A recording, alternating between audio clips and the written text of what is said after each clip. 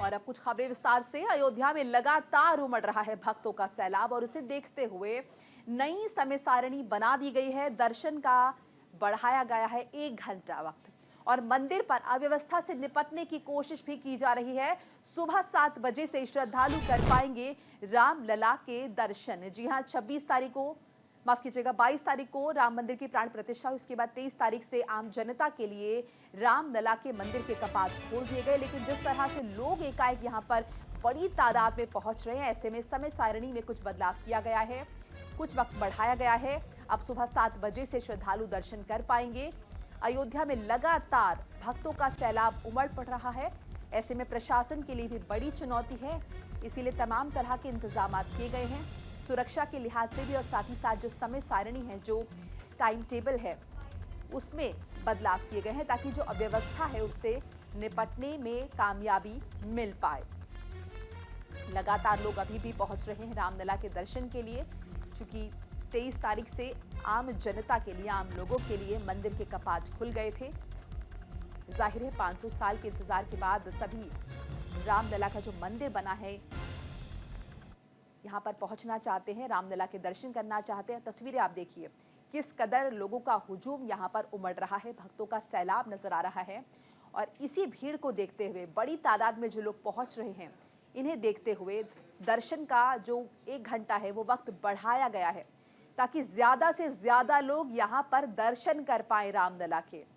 और इस बीच प्रशासन की तरफ से लगातार ये भी अपील की जा रही है कि जो लोग अभी अयोध्या पहुंच रहे हैं, अभी फिलहाल ना पहुंचे, कुछ वक्त बाद वह यहाँ पर दर्शन करने आए ताकि वो लोग तसल्ली से रामलला के दर्शन कर पाएं और किसी भी अव्यवस्था का सामना उन्हें ना करना पड़े। ये देखिए तस्वीरें हम आपको दिखा रहे हैं। चूंकि लोग बहुत ज्यादा हैं, ऐसे में यूपी पुलिस यहाँ पर मुस्तैद नजर आ रही है। चप्पे चप्पे पर पुलिस बल तैनात किया गया है। और राम मंदिर की नई टाइमिंग के बारे में हम आपको बता रहे हैं। सुबह 4:30 बजे मंगला आरती जो है वो होती है और सुबह 6:30 बजे श्रृंगार आरती की जाती है। सुबह 7 बजे से भक्तों के दर्शन के लिए कपाट खुल गए हैं। दोपहर 12 बजे भोग आरती होगी, शाम 7:30 बजे संध्या आरती का वक्त रखा गया है और रात 9 बजे भोग आरती, रात 10 बजे शयन आरती होती है। और श्रद्धालुओं के जो दर्शन का वक्त है उसे 1 घंटा बढ़ा दिया गया है ताकि ज्यादा से ज्यादा लोग यहाँ पर पहुंच पाएं और दर्शन कर पाएं रामलला के। चूंकि लोग लगातार पहुंच रहे हैं और 23 तारीख से आम जनता के लिए कपाट खोल दिए गए हैं और कहीं ना कहीं चूंकि लोग बहुत ज्यादा है, भीड़ बहुत ज्यादा है, ऐसे में अव्यवस्था होना जाहिर है, इसीलिए प्रशासन ने मुस्तैदी दिखाते हुए समय सारणी में बदलाव किया है। आगे बढ़ते हैं, ज्ञानवापी केस से जुड़ी बड़ी खबर आपको बताते हैं। एसआई की सर्वे रिपोर्ट सामने आई है। रिपोर्ट में सनातन धर्म से जुड़ा सबूत मिला है।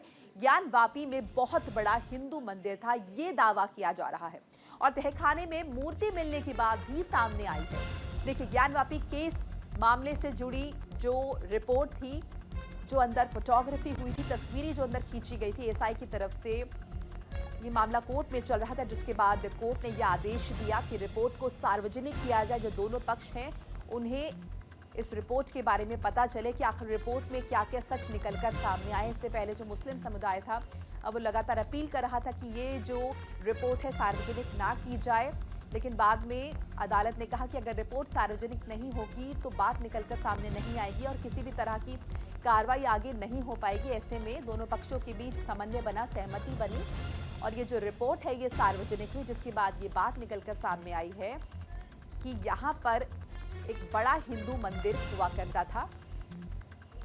यहाँ पर बहुत सारी पुरानी चीजें भी निकलकर सामने आई हैं, साथ ही साथ तहखाने में मूर्ति भी मिली है, ये बात भी सामने आई है। ये देखिए, रिपोर्ट की कुछ प्रतियां हम आपको दिखा रहे हैं टीवी स्क्रीन पर।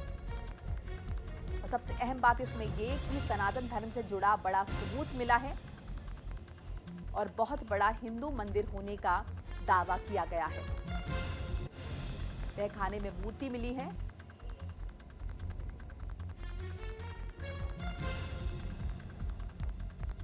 और धर्म से जुड़ी बहुत सारी कलाकृतियां, देवी देवताओं की तस्वीरें जो हैं वो मंदिर के पिलर पर देखी गई हैं और इन्हीं पिलर का इस्तेमाल जो है मस्जिद बनाने में किया गया। तो एएसआई की रिपोर्ट में बड़ा खुलासा हुआ है। दावा किया गया है कि बड़ा हिंदू मंदिर यहां पर था पहले। और लखनऊ में सीएम योगी का खास कार्यक्रम है। 189 खिलाड़ियों को देंगे 62 करोड़ की पुरस्कार राशि। स्वर्ण, रजत, कांस्य पदक विजेताओं को वो नियुक्ति पत्र देंगे। अधिकारियों के पदों पर देंगे उन्हें नियुक्ति पत्र। जी हां, नौकरियां मिलेंगी अधिकारियों के पद पर। और खेल मंत्री अनुराग ठाकुर भी इस कार्यक्रम में शामिल रहेंगे। लखनऊ में सीएम योगी आदित्यनाथ आज 19वें एशियाई खेल और पैरा एशियाई खेल 2022 और 37वें राष्ट्रीय खेल 2023 के पदक विजेता खिलाड़ियों को 62 करोड़ की पुरस्कार राशि का वितरण करेंगे। साथ ही खिलाड़ियों को कई विभागों में नियुक्ति पत्र भी बांटेंगे। मुख्यमंत्री योगी खिलाड़ियों को पुलिस उपाधीक्षक, जिला युवा कल्याण अधिकारी जैसे तमाम पदों के लिए नियुक्ति पत्र देंगे।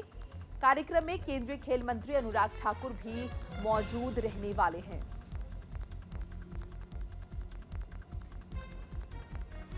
तो लखनऊ में खास कार्यक्रम होगा। जो 2022 और 23 के जो तमाम खिलाड़ी रहे हैं, जिनका बड़ा योगदान रहा है अंतर्राष्ट्रीय पटल पर देश का नाम रोशन करने में, 189 खिलाड़ी हैं। इन्हें 62 करोड़ की पुरस्कार राशि वितरित की जाएगी और अधिकारियों के पद पर इन्हें नियुक्त किया जाएगा, जिसके नियुक्ति पत्र भी आज बांटे जाएंगे। और इस कार्यक्रम में केंद्रीय खेल मंत्री अनुराग ठाकुर भी शामिल होने वाले हैं। और ये पूरा कार्यक्रम लखनऊ में होगा, जहां पर उत्तर प्रदेश के मुख्यमंत्री योगी आदित्यनाथ खुद मौजूद रहेंगे और खिलाड़ियों को सम्मान देंगे। पुरस्कार राशि उन्हें दी जाएगी और साथ ही साथ उन्हें नियुक्ति पत्र भी बांटे जाएंगे। अधिकारियों के पद पर नियुक्ति पत्र उन्हें दिए जाएंगे, यानी रोजगार उन्हें मिलेगा और साथ ही साथ उन्हें पुरस्कार भी दिया जाएगा।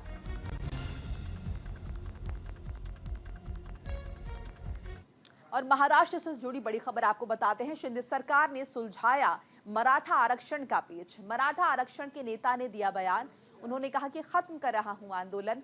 ये मनोज जरांगे ने कह दिया है कि मैं आंदोलन को खत्म कर रहा हूं। महाराष्ट्र से बड़ी खबर आपको बताएं। शिंदे सरकार ने मराठा आरक्षण का जो पेच है वो सुलझा दिया है, जिसके बाद मराठा आरक्षण के जो नेता हैं उनका बयान आया है और साफ तौर पर कह दिया है कि मैं ये आंदोलन खत्म कर रहा हूं। मनोज जरांगे, जो कि इस आंदोलन के बड़े नेता, इनका कहना था कि मैं निश्चितकालीन अनशन पर जाऊंगा और जब तक मांगे पूरी नहीं होंगी, जब तक मराठाओं को आरक्षण नहीं दिया जाएगा, तब तक मैं यहां पर बना रहूंगा।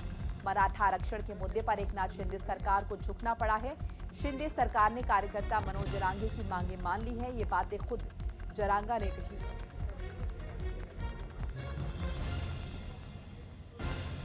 मनोज जरांगे ने कहा कि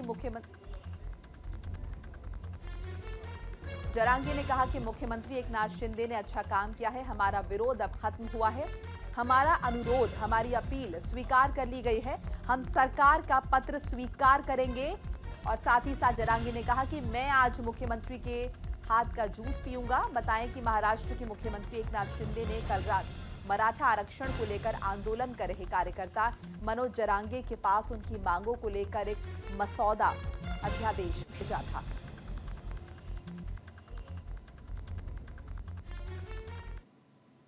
और बिहार की सियासत से जुड़ी बड़ी खबर आपको बताते हैं। गिर सकती है महागठबंधन की सरकार। यहां पर नीतीश कुमार कर सकते हैं एनडीए में वापसी और बीजेपी के सहयोग से बना सकते हैं सरकार। जी हां, से नीतीश कुमार से जुड़ी बड़ी खबर आपको बता रहे हैं। जेडीयू और आरजेडी के बीच की जो कलह है वो निकलकर सामने आ रही है, जिसके बाद महागठबंधन की सरकार बिहार में गिर सकती है।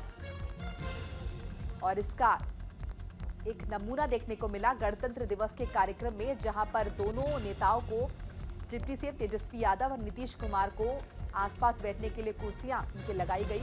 जिसके बाद जहां नीतीश कुमार बैठे थे, नीतीश यादव वहां से कुछ दूरी पर बैठे, यानी जो दोनों के बीच का डिस्टेंस है वो फिजिकली भी देखा जा रहा था। और साथ ही साथ जिस तरह से वो अवॉइड कर रहे थे, बात नहीं कर रहे थे और अपने ही जो करीबी विधायक हैं उनसे बातचीत में मशगूल थे, वो जो उनके बीच का डिस्टेंस है वो साफ तौर पर देखा जा रहा था, जिससे कहीं ना कहीं जो दोनों पार्टियों के बीच की जो कलह है वो निकलकर सामने आ रही है। और नीतीश कुमार, ऐसा कहा जा रहा है कि एक बार फिर से यू टर्न लेंगे और एनडीए में वो वापसी कर सकते हैं। बीजेपी के सहयोग से वो सरकार बना सकते हैं।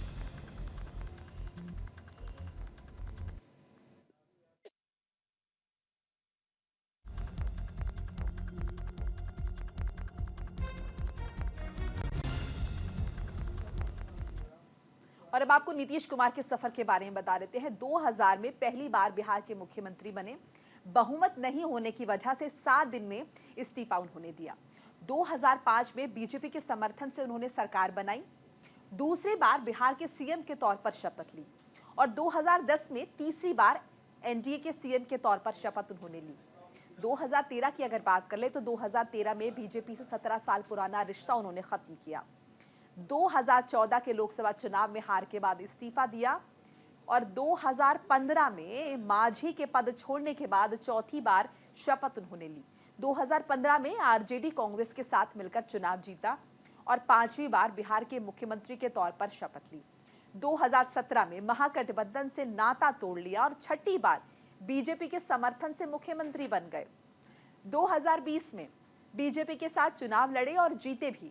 7वीं बार बीजेपी के समर्थन से मुख्यमंत्री बने। अगस्त 2022 में बीजेपी से नाता तोड़कर आरजेडी के साथ सरकार बनाई और 8वीं बार आरजेडी कांग्रेस लेफ्ट के समर्थन से मुख्यमंत्री बने।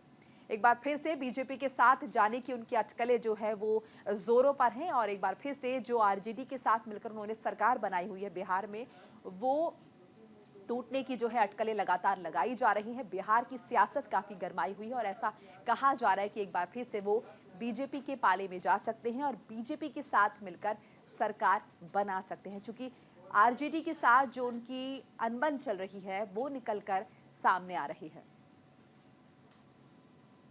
और इस बीच आपको बताएं कि पटना में बीजेपी की बड़ी बैठक है। आज शाम 4 बजे पटना में होगी बीजेपी की बैठक। सभी सांसदों और विधायकों को बुलाया गया है। बीजेपी प्रभारी विनोद तावड़े भी इस दौरान मौजूद रहने वाले हैं। लोकसभा चुनाव और सियासी हालात पर चर्चा होगी इस दौरान। शाम 4 बजे पटना में बीजेपी की बैठक होनी है, जिसमें जाहिर है चर्चा होगी। सभी सांसदों और विधायकों को बुलाया गया है। बीजेपी के प्रभारी विनोद तावड़े भी इस दौरान मौजूद रहने वाले हैं। लोकसभा चुनाव और जो सियासी हालात हैं, खासतौर से बिहार में जो सियासी हालात है उस पर चर्चा होगी। बीजेपी के तमाम नेता यहां पर मौजूद रहेंगे। जाहिर है बीजेपी और जेडीयू के एक बार फिर से साथ आने की उम्मीद लगाई जा रही है। ऐसे में जो बीजेपी की बैठक है इसमें सांसदों और विधायकों को बुलाया गया है सभी, और बीजेपी के प्रभारी खुद यहां पर मौजूद रहने वाले हैं। क्योंकि काफी अहम ये बैठक इसलिए भी हो जाती है क्योंकि देखिए आरजेडी और जेडीयू के बीच की जो कलह है वो निकलकर सामने आ रही है और महागठबंधन में टूट की तरफ इशारा करे। ऐसे में सरकार पर तो गाज गिरेगी ही। तो ये कयास लगाए जा रहे हैं कि नीतीश कुमार यू टर्न लेंगे, बीजेपी के साथ जाएंगे और मिलकर सरकार बनाएंगे बिहार में। ऐसे में जाहिर है बीजेपी के जो नेता है वो भी आपस में विचार विमर्श करेंगे और उसी को लेकर ये जो बैठक है वो की जा रही है, जहां पर लोकसभा चुनाव और सियासी हालात जो है मौजूदा उस पर चर्चा की जाएगी। पटना में बीजेपी की बैठक होनी है और शाम 4 बजे का वक्त मुकर्रर किया गया है बीजेपी की इस बैठक के लिए।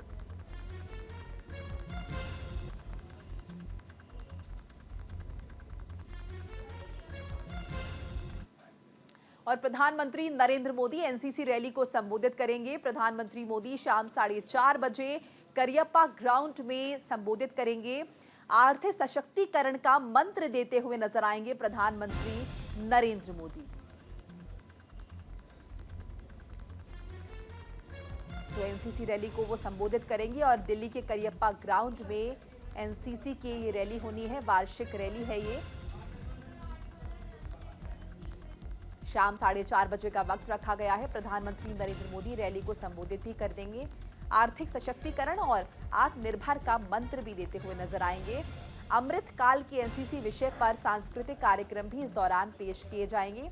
आपको बताएं कि अभी कुछ दिन पहले भी एनसीसी के कार्यक्रम में प्रधानमंत्री नरेंद्र मोदी सम्मिलित हुए थे। उन्होंने संबोधित किया था वहां पर तमाम एनसीसी कैडेट को और उन्होंने कहा था कि आपको जनरेशन जी कहा जाता है, लेकिन मैं आपको जनरेशन जी नहीं कहूंगा, बल्कि मैं आपको कहूंगा अमृतकाल की जनरेशन। यानी जिस दौर में आप हैं वो दौर प्रगति की ओर है। आने वाले वक्त में भारत जो है वो और ज्यादा तरक्की करेगा। प्रगतिशील दिशा में आगे बढ़ रहा है भारत। और आपको बताएं कि अमृतकाल की एनसीसी विषय पर आज सांस्कृतिक कार्यक्रम भी पेश किए जाएंगे। अमृत पीढ़ी के योगदान और सशक्तिकरण का प्रदर्शन होगा।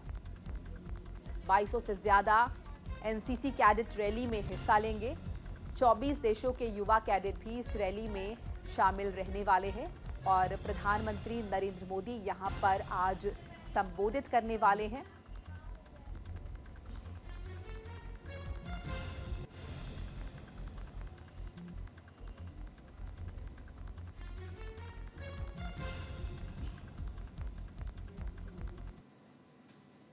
देखिए, दिल्ली के करियप्पा परेड ग्राउंड में ये रैली होगी और हम आपको लगातार इसके कार्यक्रम के विषय में भी बता रहे हैं। लेकिन फिलहाल इस बुलेटिन में इतना ही। खबरें लगातार जारी हैं।